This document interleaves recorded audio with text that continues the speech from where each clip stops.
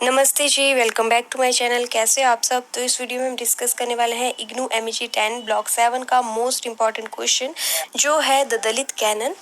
Okay, तो इस video में बेसिकली हम दलित लिटरेचर के बारे में जानेंगे एंड दलित पीपल की आइडेंटिटी के बारे में जानेंगे।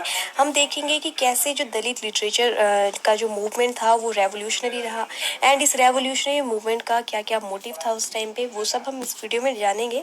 ओके, तो पहले वीडियो स्टार्ट करते हैं द दलित कैनन की इंट्रोडक्शन से। ओके, तो जैसे कि आपको पता है कि सालों पहले दलित कम्युनिटी एक ऐसी कम्युनिटी थी जिसे अपर कास्ट द्वारा जो है हमेशा दबाया गया था एंड इसके साथ कास्ट डिस्क्रिमिनेशन होता था। तो इसी कास्ट डिस्क्रिमिनेशन को खत्म करना मेन मोटिव है द दलित कैनन का एंड इसके लिए जो लिटरेचर है, दलित लिटरेचर है, उसने काफ़ी मेजर रोल प्ले किया है। मतलब कि बेसिकली देखा जाए तो ये जो दलित मूवमेंट था इसका जो मेन वेपन था वो दलित लिटरेचर्स थे। The Dalit literature is the literature that is written by Dalits, यानी कि दलित लिटरेचर उसी लिटरेचर को कंसीडर किया जाता है जो दलित्स के द्वारा ही लिखा गया हो। दलित में ये जो दलित टर्म है ये सबसे पहले 1958 में एक बॉम्बे में कॉन्फ्रेंस हुई थी, उसमें ये यूज की गई थी एंड इस कॉन्फ्रेंस में जो है दलित लिटरेचर के बारे में ही डिस्कस किया गया था। एंड दलित में सबसे लोएस्ट कास्ट के लोग आते हैं जिनको हमेशा ही अपर कास्ट के लोगों ने हेट किया, एक्सप्लॉइट किया, उन्हें टॉर्चर किया, उन्हें कभी भी रिस्पेक्टफुल वे में ट्रीट नहीं किया एंड जितने भी लोएस्ट कास्ट थी जिनको अनटचेबल माना जाता था उनको दलित कहा गया। ओके, तो पास्ट में देखा जाए तो दलित कम्युनिटी ने बहुत सी प्रॉब्लम्स को फेस किया था उस दौरान। फॉर एग्जाम्पल जैसे कि जो दलित कम्युनिटी के लोग होते थे उनसे मोस्ट डिग्रेडिंग वर्क्स करवाए जाते थे, या तो उन वर्क्स में काफ़ी ज़्यादा रिस्क होता था, उस तरह के वर्क इनको दिए जाते थे, या तो जो मोस्ट गंदे तरह के जो वर्क होते हैं जैसे कि ड्रेन साफ करवा दी या तो फिर टॉयलेट साफ करवा दिए, उस तरह के काम इनसे करवाए जाते थे। एंड सेकेंड, इनकी जो गर्ल्स होती थी, दलित कम्युनिटी से जो गर्ल्स बिलोंग करती थी, उनको मैक्सिमम टाइम अपर कास्ट के जो लोग थे वो सेक्सुअली एक्सप्लॉइट करते थे। एंड थर्ड, इनको जो है कॉन्स्टेंटली एक्सप्लॉइटेशन एंड ऑपरेशन तो झेलना ही पड़ता था। एंड फोर्थ, जो अपर कास्ट के जितने भी लोग होते थे वो लोअर कास्ट यानी कि दलित क्लास से बिलोंग करने वाले लोगों के साथ अच्छा व्यवहार नहीं करते थे, उनको ह्यूमिलिएटिंग फील करवाते थे, मतलब एक तरह से ह्यूमिलिएटिंग बिहेवियर उनके साथ किया जाता था। एंड फिफ्थ पॉइंट है कि इन्हें जो है फेस करनी पड़ती थी अनटचेबिलिटी। ये तो आपको पता है कि इनको अछूत माना जाता था उस टाइम पे, मतलब कि इनकी परछाई से भी दूर रहा जाता था, इनको पॉल्यूटेड मानते थे अगर कोई इनकी परछाई से भी टच हो जाता था, इतना बुरा हाल था उस टाइम पे। तो इस तरह की बहुत सी प्रॉब्लम्स दलित कम्युनिटी फेस किया करती थी। And according to Dalit writers, for the Dalit writing, the author must be a Dalit himself so that he can explain easily the pain and suffering of Dalits.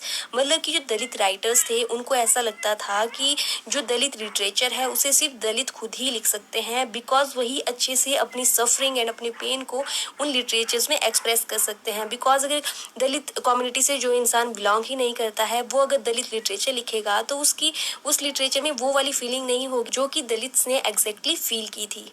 Actually Dalit writers के according दलित literature के नाम पर कोई special literature नहीं होना चाहिए and Dalit writers को लगता था कि दलित लिटरेचर वही लिखे जिन्होंने रिजेक्शन, अनटचेबिलिटी एंड ह्यूमिलिएशन को फेस किया हो एंड वही दलित जो हैं वो अपनी रियल फीलिंग को जानते हैं एंड वही लिटरेचर्स के थ्रू अपनी रियल फीलिंग को एक्सप्रेस कर सकते हैं। इनको लगता था कि कोई थर्ड पर्सन अगर दलित लिटरेचर लिखता है तो वो उनकी जो रियल फीलिंग है उसको वो एक्सप्रेस नहीं कर सकता है, ऐसा ये दलित राइटर्स मानते थे। ओके, तो दलित राइटर्स के अकॉर्डिंग दलित लिटरेचर की कुछ क्वालिटीज होनी चाहिए जिन्हें हम जान लेते हैं कि वो क्वालिटीज कौन कौन सी होनी चाहिए। तो सबसे पहले है acceptance of Ambedkar's philosophy on the issue of freedom and liberty, यानी कि दलित लिटरेचर ऐसा होना चाहिए जो अम्बेडकर की फिलॉसफी को जो है एक्सेप्ट करता हो। मतलब कि जो अम्बेडकर थे वो सबकी फ्रीडम एंड लिबर्टी को प्रेफरेंस देते थे, तो दलित लिटरेचर में ये चीज़ होनी चाहिए। मतलब कि दलित लिटरेचर ऐसा होना चाहिए जो फ्रीडम एंड लिबर्टी को मतलब कि प्रमोट करता हो। तो ऐसा दलित राइटर मानते हैं कि ये वाली क्वालिटी दलित लिटरेचर्स में होनी चाहिए। ओके, तो सेकंड पॉइंट है बिलीफ इन बुद्धास एथिज्म, यानी कि जो दलित राइटर्स हैं उनका मानना था कि दलित लिटरेचर ऐसा हो जो कि बुद्धास एथिज्म को मतलब प्रमोट करता हो। एंड थर्ड है opposition to varna system and casteism, मतलब कि दलित लिटरेचर ऐसा हो जो कि वर्ना सिस्टम एंड कास्टिज्म को अपोज करता हो। मतलब कि आपको वर्ण सिस्टम पता होगा कि हिंदू धर्म के अकॉर्डिंग जो समाज है उसको 4 वर्णों में डिवाइड किया गया है उनके काम के अकॉर्डिंग, जैसे कि ब्राह्मण, क्षत्रिय, वैश्य एंड शूद्र। तो दलित राइटर चाहते थे कि Dalit literature varna system and casteism दोनों को ही अपोज करने वाला हो। एंड फोर्थ है support brotherhood and not separation, मतलब कि दलित लिटरेचर ऐसा हो जो कि ब्रदरहुड को सपोर्ट करता हो, मतलब कि इक्वालिटी को सपोर्ट करने वाला होना चाहिए, ना कि सेपरेशन को। एंड फिफ्थ पॉइंट है हमारा commitment to freedom and social justice, यानी कि दलित लिटरेचर ऐसा होना चाहिए जिसमें फ्रीडम एंड सोशल जस्टिस के लिए कमिटमेंट की जाए, मतलब कि लोग अपने लिए स्टैंड लें, अपने सोशल जस्टिस के लिए स्टैंड लें। इस तरह का आपका दलित लिटरेचर होना चाहिए ताकि जो और लोग पढ़ रहे हैं उनको फ्रीडम एंड सोशल जस्टिस की वैल्यू पता चले। मतलब कि दलित लिटरेचर जो है वो सोशल जस्टिस एंड फ्रीडम पर बेस्ड होना चाहिए। ओके, तुम्हारा अगला पॉइंट है कमिटमेंट टू सोशल ट्रांसफॉर्मेशन। इसकी दलित लिटरेचर इतना ज्यादा इन्फ्लुएंशियल होना चाहिए कि उससे सोशल ट्रांसफॉर्मेशन हो। नेक्स्ट है अपोजिशन ऑफ कैपिटलिज्म, यानी कि दलित लिटरेचर ऐसा होना चाहिए जो कैपिटलिज्म को अपोज करता हो। नेक्स्ट है opposition to Brahmanism, Dalit literature ऐसा होना चाहिए जो ब्राह्मणिज्म को भी अपोज करता हो, कि जो ब्राह्मण कास्ट है उसको जो सबसे सुपीरियर माना जाता है उस चीज को ये अपोज करें। एंड नेक्स्ट है अपोजिशन टू हेगेमनी एंड डोमिनेशन, यानी कि दलित लिटरेचर ऐसा होना चाहिए जो हेगेमनी एंड डोमिनेशन को अपोज करता हो, यानी कि दलित लिटरेचर ऐसा हो जो लोगों को अवेयर कर सके कि उन्हें डोमिनेट नहीं होना है, उन्हें किसी के अंडर नहीं रहना है, जो लीडरशिप जो लोग दिखाते हैं उस चीज को उन्होंने फेस नहीं करना है। एंड लास्ट पॉइंट है rejection of traditional Orthodox standard, यानी कि जो दलित लिटरेचर है उसकी इक्वालिटी ये भी होनी चाहिए कि वो रिजेक्ट करता हो ट्रेडिशनल ऑर्थोडॉक्स स्टैंडर्ड को। इंडिया में जितने भी ट्रेडिशनल आपके कस्टम्स हैं उनको रिजेक्ट करने वाला होना चाहिए, मतलब कि एक तरह से दलित लिटरेचर आपका मॉडर्न होना चाहिए। तो ये थी कुछ क्वालिटीज जो कि दलित राइटर चाहते हैं कि दलित लिटरेचर में हो। And in this way, Dalit authors wanted to form a literature filled up with all qualities of a good literature. Means कि दलित authors चाहते थे कि उनकी दलित literature में good literature की सारी qualities होनी चाहिए। And through Dalit literature, Dalit writers wanted to inform the masses about the condition of Dalits and wanted to get status and recognition in society. Means कि दलित writers अपने दलित literatures के through Indian population को उनकी condition के बारे में बताना चाहते थे, लोगों को aware करना चाहते थे। एंड इन राइटिंग्स के थ्रू ये सोसाइटी में रिस्पेक्ट, स्टेटस एंड रिकॉग्निशन चाहते थे। दलित राइटर्स ये भी चाहते थे कि दलित कम्युनिटी के लोगों को भी एज कॉमन मैन ही ट्रीट किया जाए, ना कि उन्हें डाउन ट्रोडन समझा जाए या ऑप्रेस्ड या डिप्राइव्ड या तो इंफीरियर माना जाए। ये सब चीजें उन्हें नहीं चाहिए थी। मतलब कि दलित कम्युनिटी भी वो रिस्पेक्ट चाहती थी जो कि बाकी कास्ट को सोसाइटी में मिलती है, जैसे कि आपकी बाकी कास्ट जितनी भी हैं उन सबको काफी ज्यादा रिस्पेक्ट मिलती है। तो दलित चाहते थे कि उनकी जो लोअर कास्ट है उनको भी इक्वल ही माना जाए, उनके साथ मतलब कास्ट डिस्क्रिमिनेशन ना हो। दलित कम्युनिटी यही चाहती थी कि हर कास्ट को इक्वली ट्रीट किया जाए, किसी को सुपीरियर या किसी को इंफीरियर ना समझा जाए। ओके, तो अब आगे हम डिस्कस करेंगे Dalit literary history and Dalit movement. Okay, तो इसमें हम जानेंगे कि दलित लिटरेचर की हिस्ट्री क्या है एंड दलित मूवमेंट का क्या मोटिव था एंड इस दलित मूवमेंट में सबसे ज्यादा हाथ किसका है, मेजर रोल किसका है, वो सब हम इस वीडियो में जानेंगे। एंड हाँ, मैं आपको एक चीज क्लियर कर दूं कि दलित लिटरेचर या आप बोल सकते हो दलित कैनन से रिलेटेड आपको कोई भी क्वेश्चन आएगा तो आप इस पूरे क्वेश्चन को अटेम्प्ट करना, आपको डेफिनेटली अच्छे मार्क्स आएंगे इस क्वेश्चन में। मतलब कि दलित कैनन से रिलेटेड जितने भी आपके इंपॉर्टेंट एस्पेक्ट्स हैं वो मैंने इस वीडियो में इंक्लूड किए हुए हैं। तो आपको जितना भी इनडायरेक्टली क्वेश्चन पूछा जाए दलित कैनन से, आपको ये लिखना है, छोड़ना मत। ओके, तो आगे बढ़ते हैं। Dalit literature written by Dalits about their lifes, यानी कि दलित लिटरेचर जो है वो दलित लोगों ने अपनी लाइफ के ऊपर ही लिखे होते हैं। And Dalit literature emerge in 1960s in Marathi language.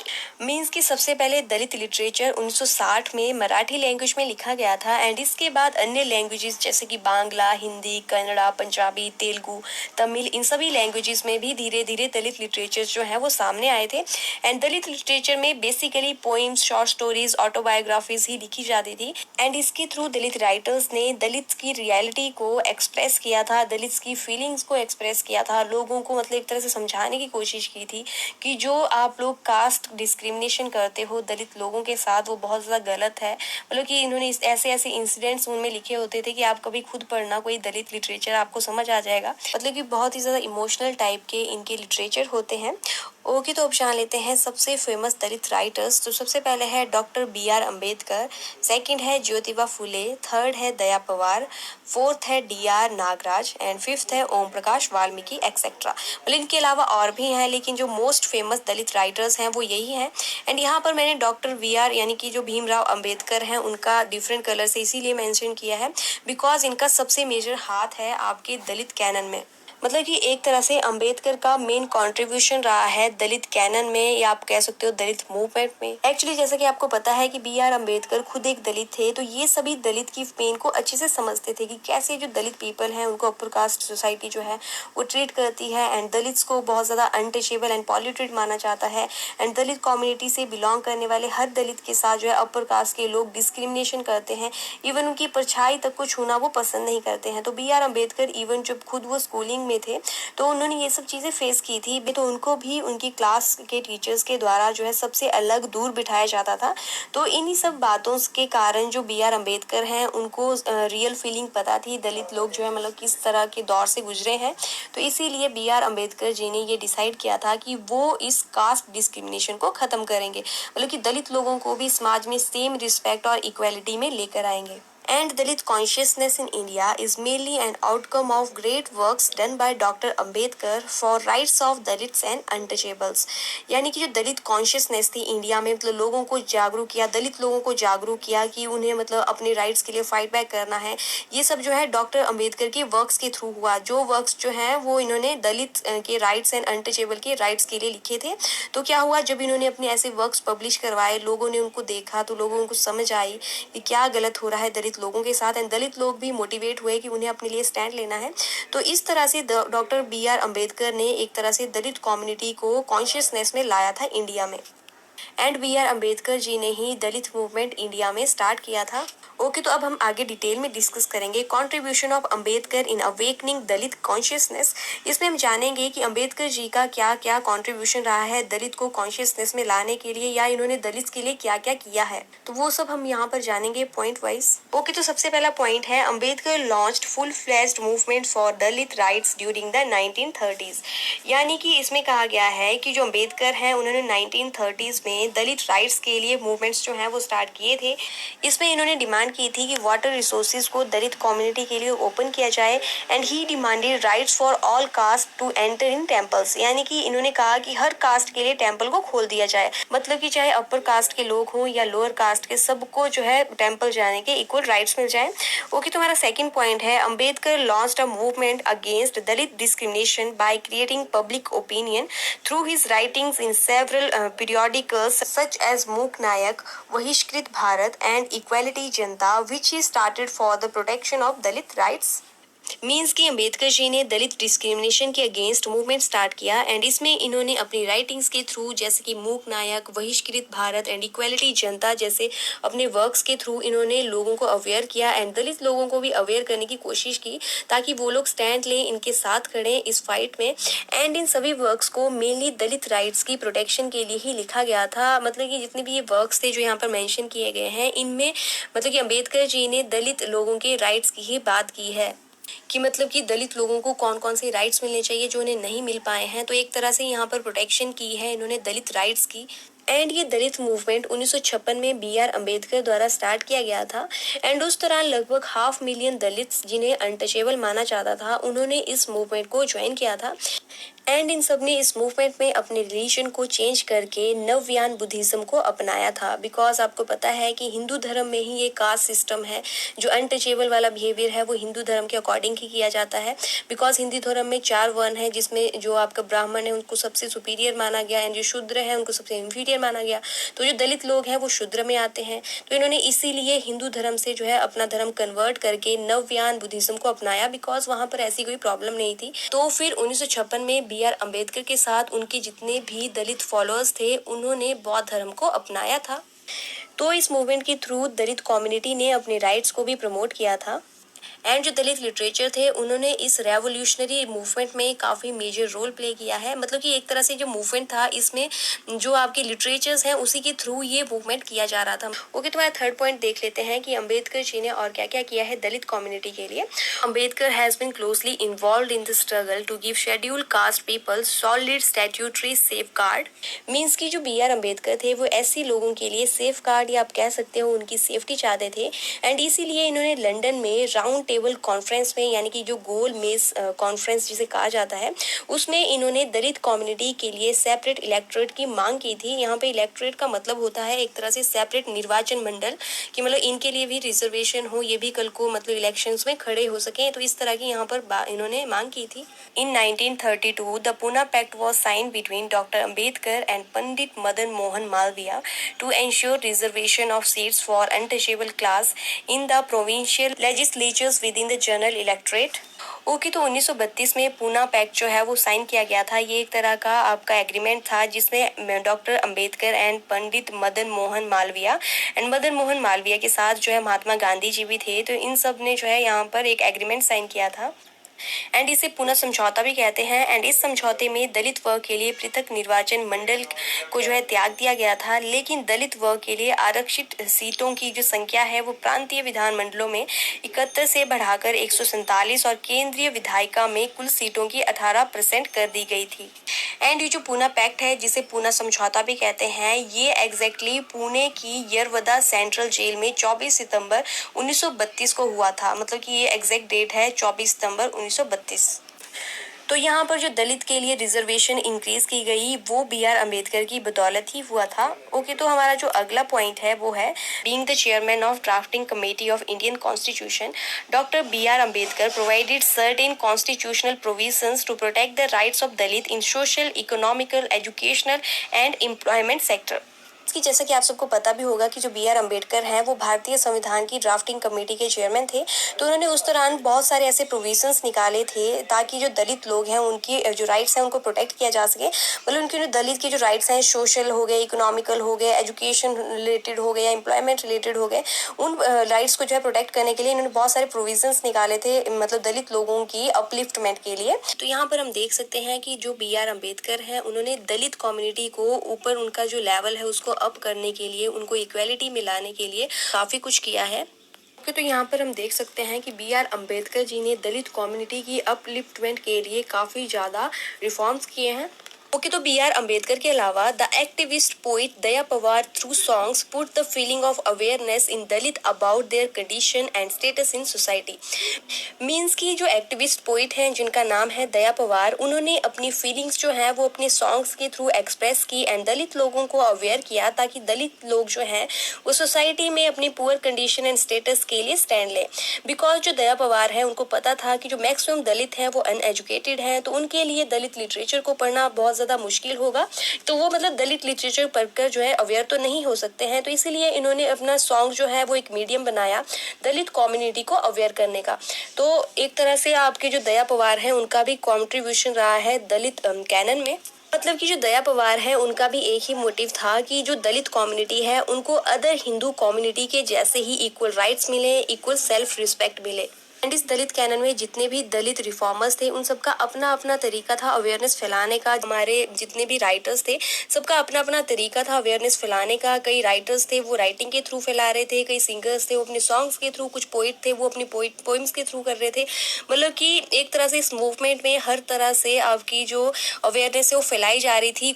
And ये जो दलित मूवमेंट था ये इंडिया में सेम टाइम पर शुरू नहीं हुआ है। एक्चुअली ये जो मूवमेंट है ये डिफरेंट प्लेसेस पर डिफरेंट लीडरशिप के अंडर डिफरेंट टाइम पर जो है स्टार्ट हुआ था। एंड दो मेन एरियाज थे जहाँ पर दलित मूवमेंट आपका स्टार्ट हुआ था, एक था महाराष्ट्र एंड एक था हिंदी बेल्ट। तो यहाँ पर जो महाराष्ट्र है वहाँ पर पहले दलित मूवमेंट जो है स्टार्ट किया गया था। एक्चुअली जो फर्स्ट लिटरेरी मूवमेंट था वो 1950 में स्टार्ट हो गया था। ऑन द अदर हैंड जो हिंदी बेल्ट है उन्होंने जो मूवमेंट है वो बाद में रियलाइज किया है। तो हिंदी बेल्ट में जो दलित मूवमेंट की अवेयरनेस है वो थोड़ी लेटर ऑन स्टार्ट हुई थी। एंड ये जो मूवमेंट था इसमें जितने भी आपके रिफॉर्मर्स थे उन सबका कॉन्ट्रीब्यूशन जो था वो अपने लिटरेचर के थ्रू ही था। तो देखा जाए तो जो आपके मराठीज लिटरेचर थे उनका ज़्यादा इन्फ्लुएंस था एज कम्पेयर टू जो कि आपके हिंदी बेल्ट के लिटरेचर्स थे। बिकॉज जो मराठी जो लिटरेचर्स थे उनके पास लीडर था भीमराव अंबेडकर। तो भीमराव अंबेडकर की लीडरशिप में जो आपके महाराष्ट्र में जो दलित मूवमेंट की गई थी वो ज़्यादा सक्सेसफुल रही थी, ज़्यादा इन्फ्लुएंशियल रही थी। ओके, तो यही था द दलित कैनन के बारे में। आई होप आप लोगों के लिए वीडियो हेल्पफुल रहेगी। एंड अगर आपको वीडियो अच्छी लगेगी लगेगी तो प्लीज़ वीडियो को लाइक करना, शेयर करना एंड मेरे चैनल को सब्सक्राइब करना, बिकॉज मैं MEG 10 पर अभी कोशिश कर रही हूँ आपके एग्जाम तक 1 या 2 वीडियोस और अपलोड करने की। और अगर आप लोग सब्सक्राइब कर दोगे तो आपको नोटिफिकेशन मिल जाएगी टाइमली। ओके, तो सब्सक्राइब जरूर करना। मिलते हैं हमारी नेक्स्ट वीडियो में। Till then take care, bye bye.